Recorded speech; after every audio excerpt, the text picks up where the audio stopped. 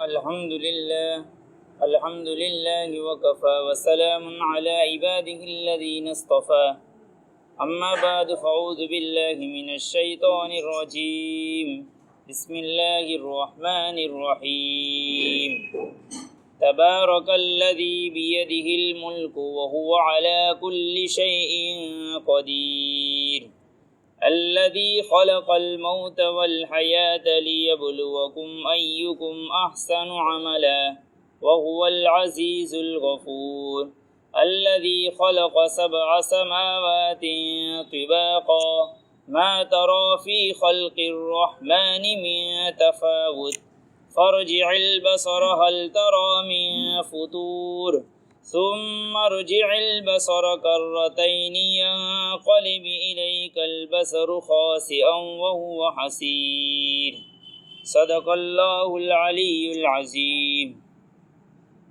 اللہ کا بہت بڑا احسان و کرم ہوا کہ اللہ تبارک تعالیٰ نے ہمیں دوبارہ قرآن پاک کی تفسیر میں بیٹھنے کی توفیق دی۔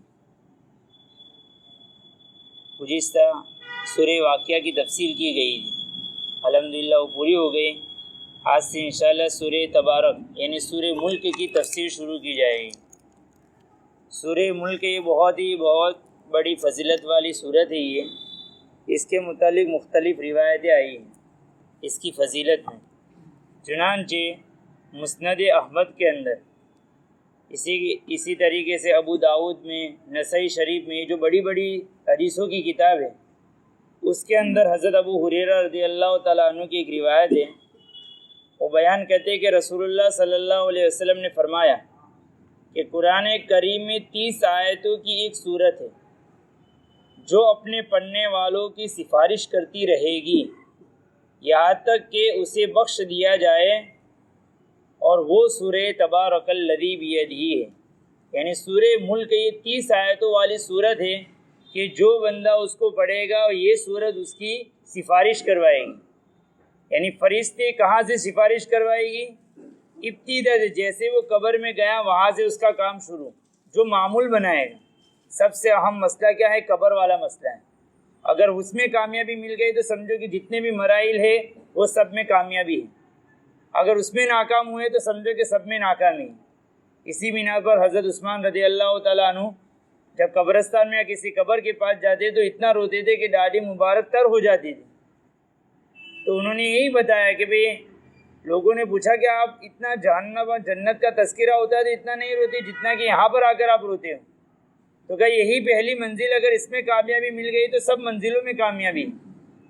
تو پہلی جو منزل ہوگی یعنی قبر والی جو منزل ہوگی، اس میں یہ سورہ تبارک جو ہے، سورہ ملک جو ہے، اس کو اللہ تبارک تعالیٰ جسم کی شکل دیں گے، ایک شکل کی صورت میں آئے گا۔ فرشتے آئیں گے، فرشتے سوال و جواب کریں گے، اور فرشتوں کے سوال و جوابات کے درمیان میں یہ حائل بن جائے گی اور اس کے جوابات کو آسان کر دے گی۔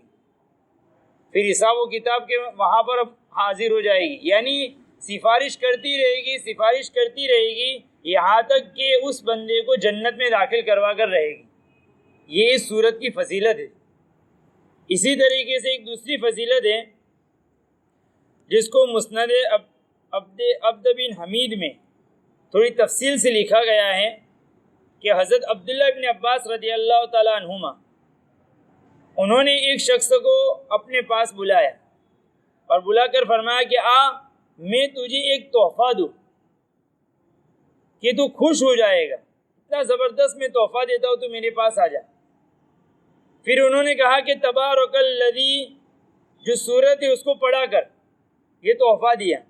ساتھ ساتھ میں انہوں نے نصیحت کی جو ہمارے لیے بھی نصیحت ہے کہ ایک تو ہم بھی پڑھے، ساتھ میں کیا کہا، اور اسے اپنے اہل و عیال کو، اولاد کو، گھر کے بچوں کو اور پڑوسیوں کو سکھا۔ یعنی تیرے کانٹیکٹ میں جتنے لوگ ہیں، تیرے تعلق رکھنے والے جتنے بھی لوگ ہیں، ان تمام لوگوں کو بھی یہ سورت سکھا دے۔ یہ زبردست سورت ہے۔ کیوں سیکھا؟ یہ سورت نجات دلانے والی ہے، قیامت کے دن نجات دلا دے گی، جنت دے دے گی تجھے یہ، اور شفاعت کرنے والی ہے قیامت کے دن۔ اسی طریقے سے اللہ تبارک تعالیٰ کے سامنے بھی سفارش کرے گی، حتیٰ کہ حجت کرے گی یہ سورت۔ کہ اللہ اگر اس کو جنت میں داخل نہیں کرنا ہے، یہ اللہ ایک سبب بنائیں گے اس بندے کو جنت میں داخل کرنے کا، کہ اللہ اگر اس بندے کو جنت میں داخل نہیں کرنا ہے تو مجھے تیرے قرآن میں سے نکال دے۔ کتنی بڑی فضیلت ہے، یعنی چھوڑے گی نہیں بندے کو اتنی، اگر اس سے محبت، یہ صورتیں نا، قرآن بھی ایک انسان جیسے اپنے نہیں کسی کو کوئی بلانا گھر پر چھوڑ دیتے ہیں تو پھر وہ اپنے سے بات چیت بند ہو جاتی ہے، یہ بھی قرآن میں بھی صورتوں میں بھی ایسا ہی ہے، جیسے اس کو اپنا دوست بناؤ، اس کو پڑھ پڑھ کر اپنا ساتھی بنا دو، تم سے یہ بھی محبت کرنے لگے گی یہ صورت بھی، اور جتنا محبت سے پڑھو گے اتنی زبان پر جلدی آ جائے گی، منہ پر ہو جاتی ہے، تو اس کی مشق کرے روزانہ۔ اسی طریقے سے حدیث میں آتا ہے اللہ کے نبی پاک صلی اللہ علیہ وسلم نے فرمایا کہ ہی المانیۃ المنجیۃ تنجیہ من عذاب القبر، اس کے دو اور نام بھی ہے، ایک مانیہ یعنی روکنے والی، عذاب سے روکنے والی، منجیہ نجات دینے والی، کہ اس کو پڑھا کرو یہ تم کو عذاب قبر سے نجات دے گی۔ پھر اللہ کے نبی پاک صلی اللہ علیہ وسلم نے حضرت عبداللہ ابن عباس رضی اللہ تعالیٰ عنہ کی ایک اور روایت ہے، اس میں فرمایا کہ رسول اللہ صلی اللہ علیہ وسلم نے فرمایا کہ میرا دل چاہتا ہے، یہ کس کی چاہت ہے، کوئی چھوٹے موٹے نہیں، ہمارے آقا محمد صلی اللہ علیہ وسلم کی یہ چاہت ہے کہ رسول اللہ صلی اللہ علیہ وسلم نے فرمایا کہ میرا دل چاہتا ہے کہ سورہ ملک ہر مومن کے دل میں ہو، جیسے سورہ یاسین کے بارے میں کہا تھا کہ سورہ یاسین بھی ہر مومن کے دل میں ہو، ایسے سورہ ملک کو اتنا پڑھو کہ تمہارے دل میں آ جاوے، اس کے مضامین تمہارے دل میں آ جاوے۔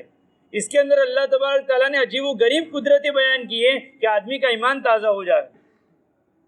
اسی طریقے سے ایک روایت ہے، حضرت ابو ہریرہ رضی اللہ تعالیٰ عنہ اس کو بیان کرتے ہیں کہ رسول اللہ صلی اللہ علیہ وسلم نے فرمایا کہ کتاب اللہ میں ایک ایسی صورت ہے جس کی آیتیں تو صرف 30 ہے، قیامت کے روز یہ ایک شخص کی سفارش کرے گی یہاں تک کہ اس کو جہنم سے نکال کر، جہنم میں چلا گیا ہوگا تو جہنم سے نکال کر جنت میں داخل کروا دے گی، اس کو اتنی سفارش کرے گی، اتنی۔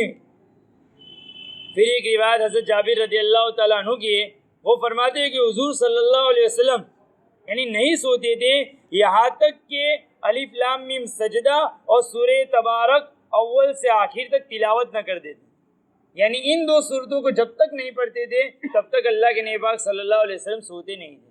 اس کے پڑھنے کا اب کیا وقت ہے، تو مغرب کے بعد سے اس کا پڑھنے کا وقت شروع ہو جاتا ہے۔ ایسے تو ایک روایت میں تو مطلق ہے کہ دن میں جب بھی چاہے 24 گھنٹے میں پڑھ سکتے ہو، لیکن ایک روایت کے اندر رات کا وقت بتایا ہے، تو رات کا وقت مغرب کے بعد سے شروع ہو جاتا ہے، تو مغرب کے بعد سے لے کر کے سونے تک اس سورت کی تلاوت کا معمول بنا ہے، اور اس کی عادت اس طریقے سے بنا ہے کہ جیسے بعض لوگوں کو پڑھنا مشکل ہوتا ہے تو ایک رکوع پڑھے، چند آیتیں پڑھے، 10 آیتیں پڑھے، 5 آیتیں پڑھے، لیکن پڑھے ضرور، ایک آیت بھی پڑھے۔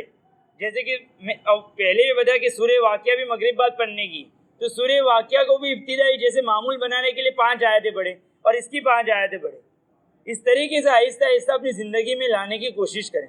یہ بہت ہی اہم صورت ہے، اللہ تبارک تعالیٰ نے اس کے بہت سارے فضائل بیان کیے ہیں۔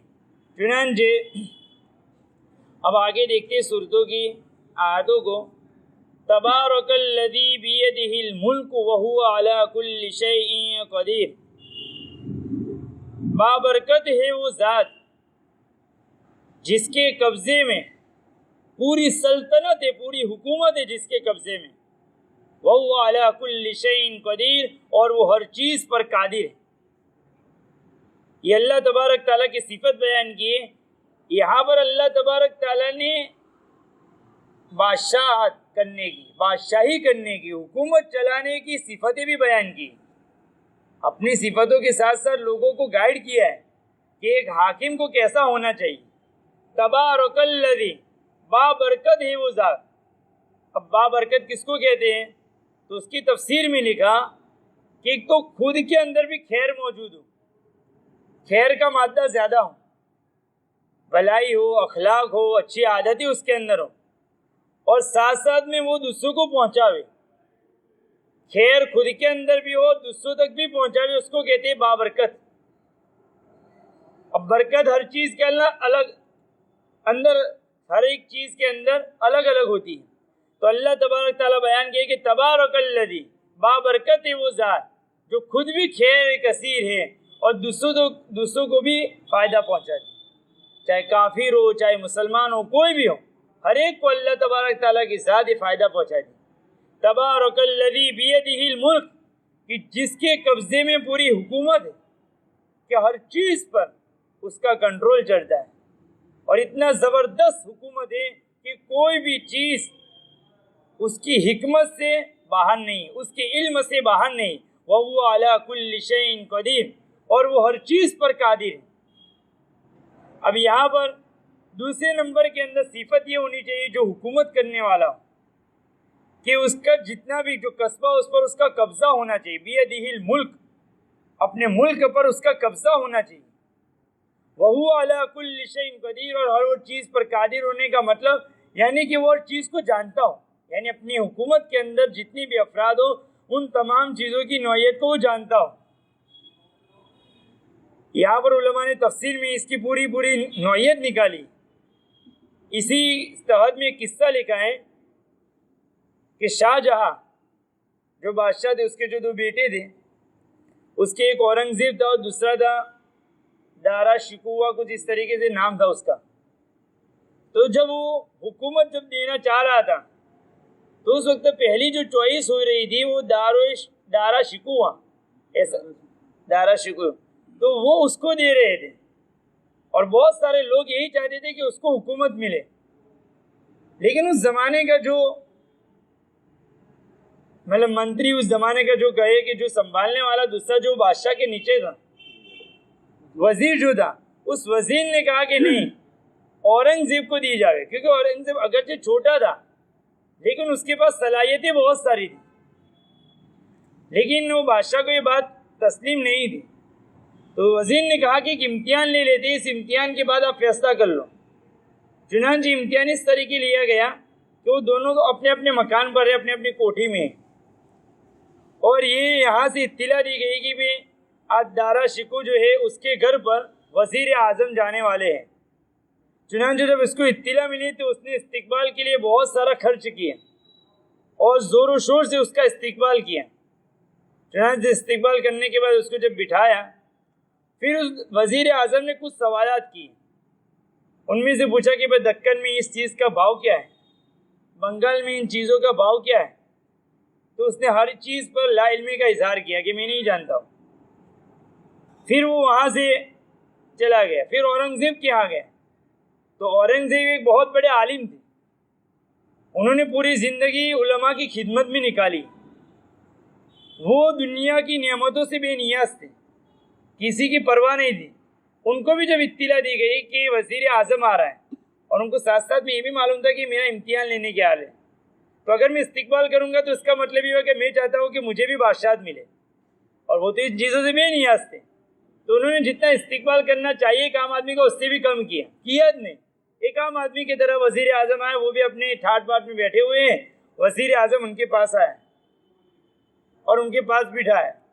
پھر وزیر اعظم نے اس کے بعد سوال کیے، تو انہوں نے 4 سوال کیے، وہی الگ الگ شہروں کے انہوں نے سوالات کیے، تو انہوں نے ہر ایک کا جواب دے دیا۔ جواب دینے کے ساتھ ساتھ پورے ملک میں ابھی کیا چل رہا ہے، کتنا کرپشن چل رہا ہے، کیا کہاں پر رشوتیں لی جا رہی ہے، کہاں پر کیا ہو رہا ہے، وہ سب کچھ بتا دیا ان کو کہ یہاں پر یہ کمزوریاں ہیں ہمارے اندر۔ پھر انہوں نے وہ بادشاہ کے پاس شاہ جہاں کے پاس جا کر پوری نوعیت بتائی، پھر اس کے بعد ان کو منتخب کیا گیا۔ تو مطلب یہ بتانا ہے کہ حکومت کے لیے ایک تو خیر ہو، اس کے اندر خیر کا مادہ ہونا چاہیے، بھلائی کا مادہ، اور دوسرے نمبر کی چیز جو ہونی چاہیے وہ کہ ہر چیز کا علم رکھنے والا ہو، یعنی ہر وہاں کی حکومت کو جاننے والا ہو۔ تو یہ بتانا یہ تھا کہ تبارک الذی بیدہ الملک وہو علی کل شیء قدیر، بابرکت ہے وہ ذات جس کے قبضے میں پوری حکومت ہے، پوری بادشاہت ہے، اور وہ ہر چیز پر قادر ہے۔ پھر آگے اللہ تبارک تعالیٰ نے جو آیتیں بیان کی ہے، الذی خلق الموت والحیات لیبلوکم ایکم احسن عملا، کہ وہ ذات جس نے موت و حیات کو پیدا کیا، موت کو پیدا کیا، زندگی کو پیدا کیا۔ کیوں پیدا کیا؟ یہ موت کیوں بنائی، یہ زندگی کیوں بنائی؟ لیبلوکم ایکم احسن عملا، تاکہ اللہ تعالیٰ جانے کہ تم میں سے کون اچھے عمل کرتا ہے. اچھے عمل کرنے والے کون لوگ ہیں، ان لوگوں کا جائزہ لینے کے لیے اللہ تبارک تعالیٰ نے یہ دنیا بنائی اور دنیا میں بھیجا. اب اللہ تبارک تعالیٰ نے پہلا لفظ جو لائے ہیں موت کا لفظ لائے کہ دنیا میں اگر اچھے اعمال کرنے ہیں تو اس کے لیے موت کا استیزا سب سے اہم چیز ہے، جس کو شرط کہیں گے. جیسے نماز پڑھنی ہے تو نماز کے لیے وضو شرط ہے.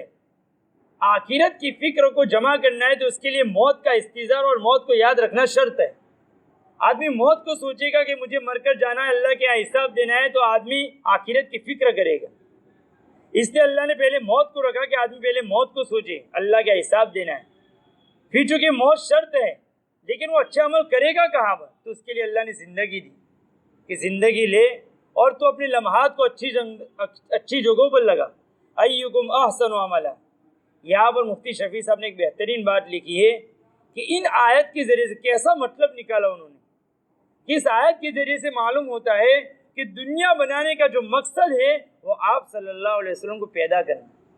کہ آپ صلی اللہ علیہ وسلم کو پیدا نہ کرنا ہوتا تو اس دنیا کو نہ بنایا جاتا، یہ آسمان اور زمین کے کچھ بھی نہ بنتا. کیسے معلوم ہوا؟ ان آیتوں کے ترجمے سے تو سمجھ میں نہیں آیا، لیکن اللہ تبارک تعالیٰ اس سے سمجھا رہے کہ سب سے بہتر عمل کس کا ہے دنیا میں.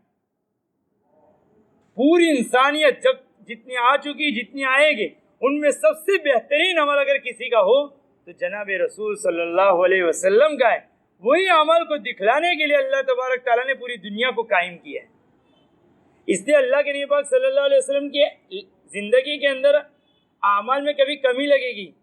کبھی بزرگوں کی ہم واقعات سنتے ہیں تو اس کے اندر لگتا ہے کہ انہوں نے رات میں 1000 رکعت پڑھی، رات میں 500 رکعتیں پڑھی، پورے سال روزے رکھے. آپ صلی اللہ علیہ وسلم کی زندگی میں ایسا نہیں ہے، کبھی روزے رکھے، کبھی افطار کیا، کبھی سوئے، کبھی. لیکن آپ صلی اللہ علیہ وسلم کے جو اعمال تھے اس کا مقابلہ پوری زندگی ملے، بلکہ ہزاروں سالوں کی زندگی مل جائے لیکن اس کا ایک عمل کا مقابلہ نہیں ہو سکتا.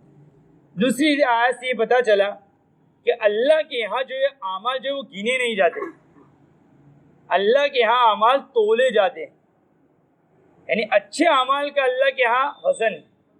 تم کثیر مقدار میں آدمی کام کرے، بہت سارا کام کرے، بہت سارا عمل کر رہا ہے لیکن اخلاص نہیں ہے، لوگوں کو دکھلاوا ہے تو کچھ کام کا نہیں.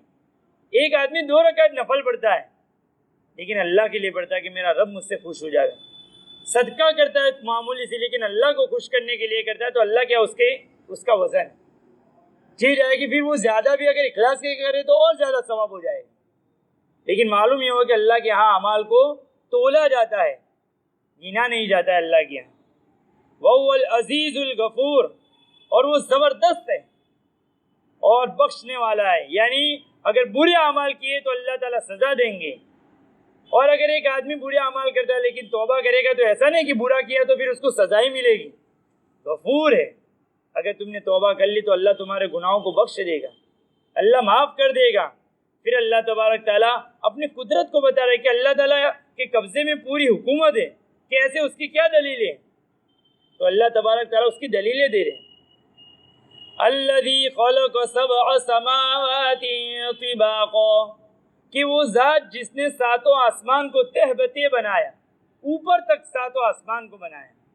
وہ بنانے کی کیا زبردست نوعیت ہے کہ اللہ تبارک تعالیٰ نے ہر آسمان کے درمیان میں فاصلے رکھے، 500 سال کے فاصلے رکھے یا جو بھی ہو، لیکن اللہ تبارک تعالیٰ نے زبردست انداز کے اندر اس کو بنایا اور ہر چیز کو ایک اندازے سے بنایا کہ سورج کو بھی آسمانوں کے اندر رکھا ہے تو اتنے لیول پر رکھا ہے کہ اگر تھوڑا سا بھی نیچے ہوتا تو پوری زمین کو خاک کر دیتا، پوری زمین کے اندر کوئی چیز نہ اگ پاتی.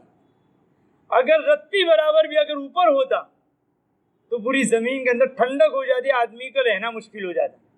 برابر لیول پر چاند کو اس کی برابر منزلوں پر چلا رہا اللہ تعالیٰ.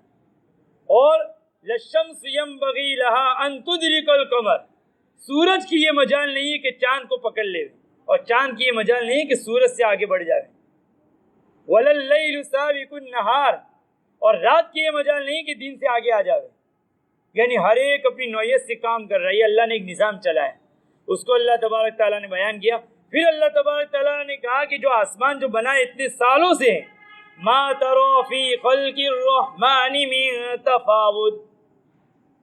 کیا تم رحمان کی پیدائش میں رحمان کی بنائی ہوئی چیزوں کے اندر کوئی فرق پاتے ہو کہ بھی کل الگ تھا آج الگ ہو گیا، کل تھوڑا پھٹا ہوا تھا آج الگ ہو گیا؟ کچھ نہیں، جیسا ایک سال کا اللہ نے نظام بنایا ویسا ہی ہر سال چلتا رہتا ہے۔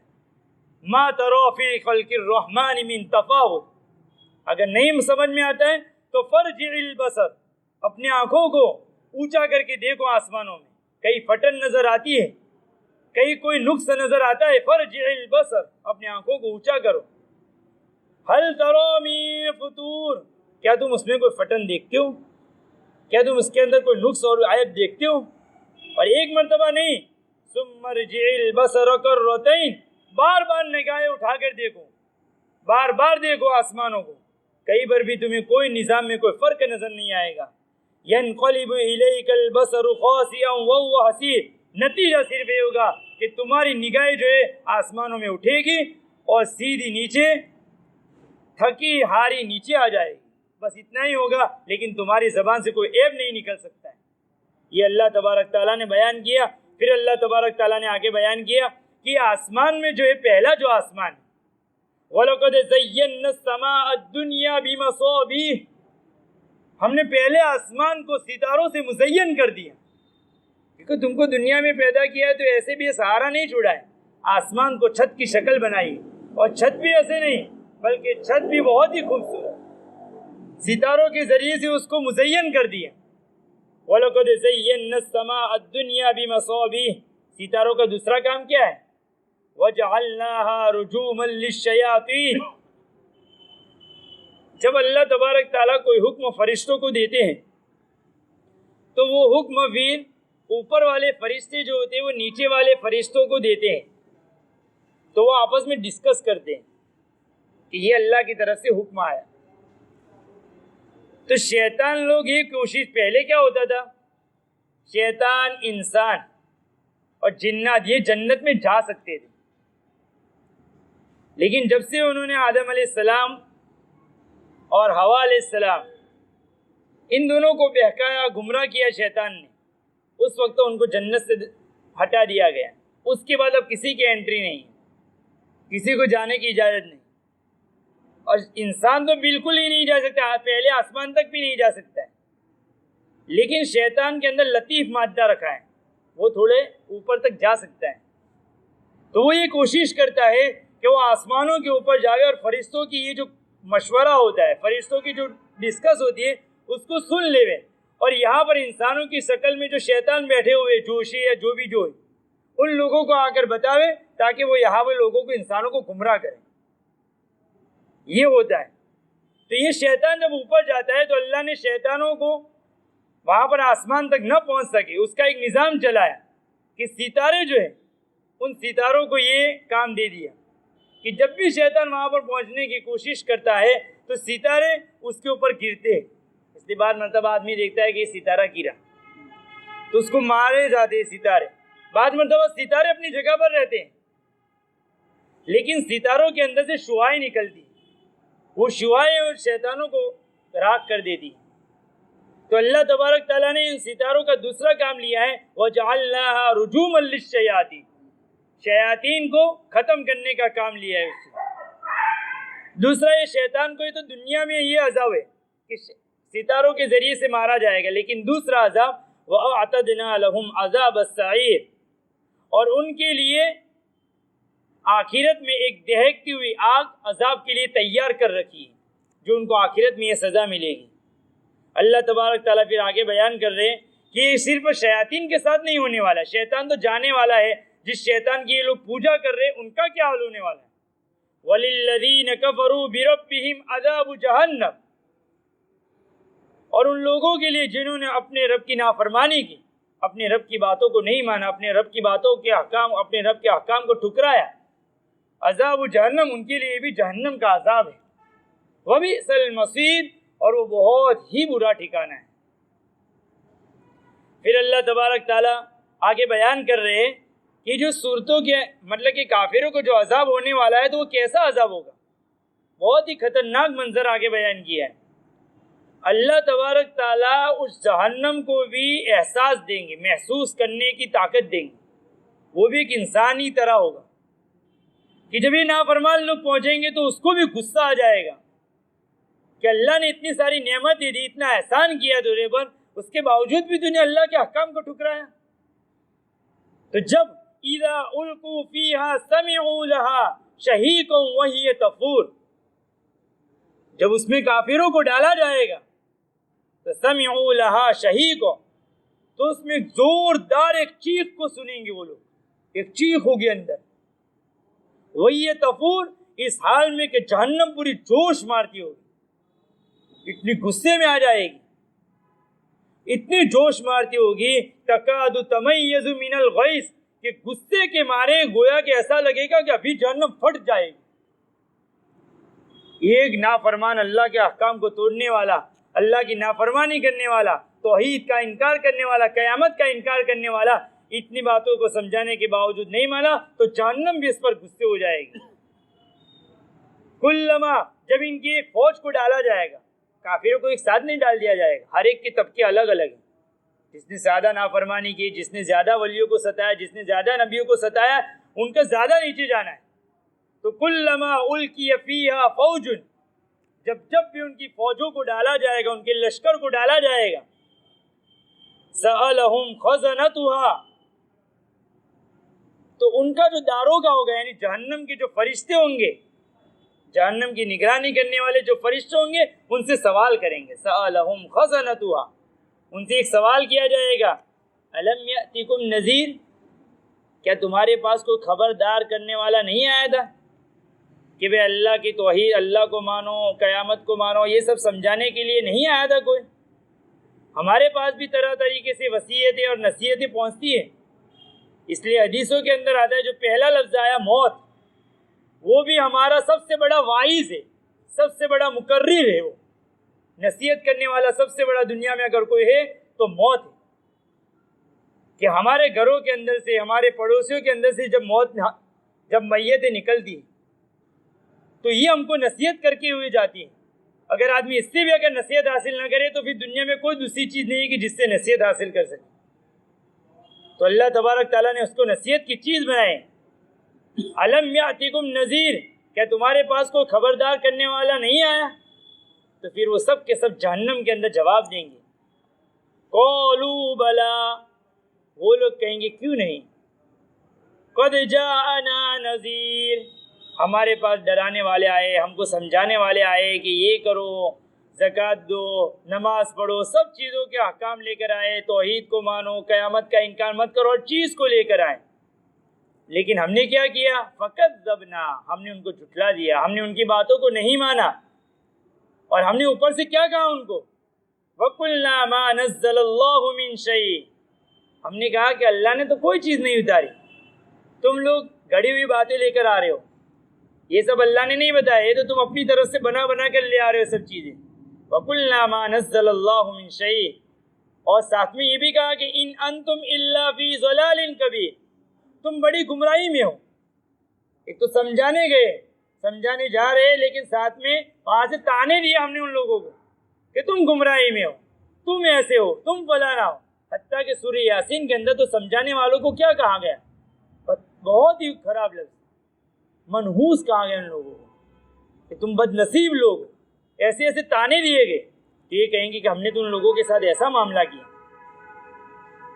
پھر آگے افسوس کے مارے یہ کہہ رہے ہیں، وَقَالُوا لَوْ كُنَّا نَسْمَعُ أَوْ نَعْقِلُ مَا كُنَّا فِي أَصْحَابِ السَّعِيرِ، انہوں نے کہا کاش کہ ہم لوگ ان لوگوں کی باتیں سن لیتے، سمجھ لیتے ان لوگوں کی باتیں، او نعقل، ہم سمجھتے، سنتے، سمجھتے، ما كنا فی اصحاب السعیر، تو ہم دوزخ والوں میں شامل نہ ہوتے۔